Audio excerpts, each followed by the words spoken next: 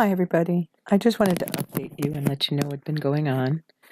As you know, in December, my husband started to deal with some renal failure, and he's been in and out of the hospital since.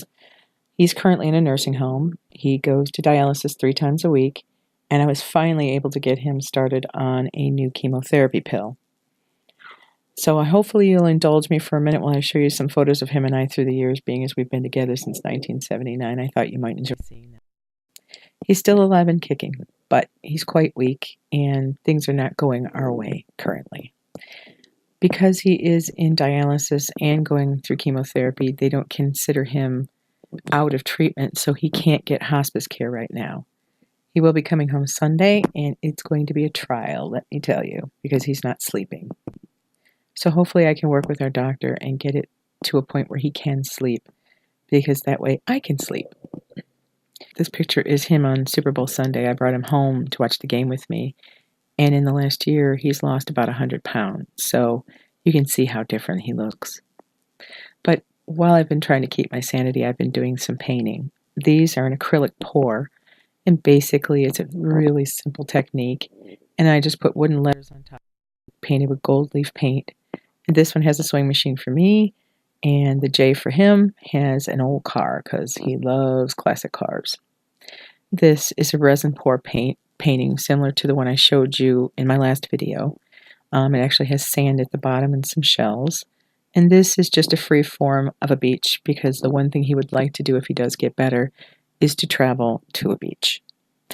One of the things you deal with dialysis is you get very cold, and it's the same with chemotherapy. So I think he just wants to go someplace warm. For Valentine's Day, I wanted to take him dinner, so I wanted to do my nails, as you can imagine. And I had painted a light pink polish on my nails, and I wanted a very pigmented white to stamp with, and I couldn't find any of my polishes that were thick enough. Then I pulled out my craft paints, and I discovered I had enamel craft paints. Well, the light bulb went on, and I thought, I've got to try this. So I put a small amount of paint on a Tupperware lid, and scraped it on, stamped with it, and what a beautiful, clear, crisp, highly pigmented job it did. And on top of that, I was able to get 2 stamps out of every one, if you can see how thick that is.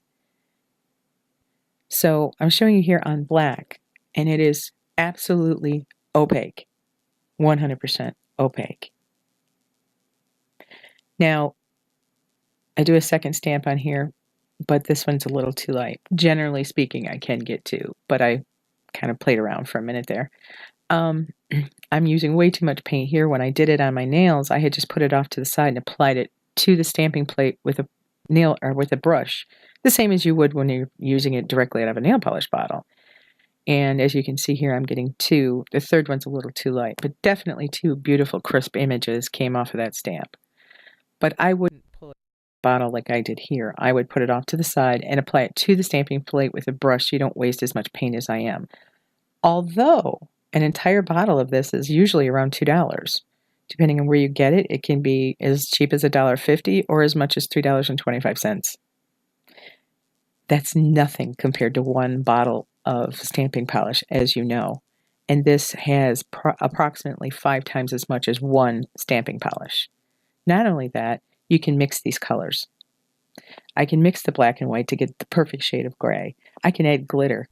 I can do whatever I like. And I'm going to have exactly what I want to do exactly what I want. And the pigmentation is insane compared to the polish. When I went to put the clear coat on, I was nervous. I thought, oh boy, this is going to smear. No, not at all.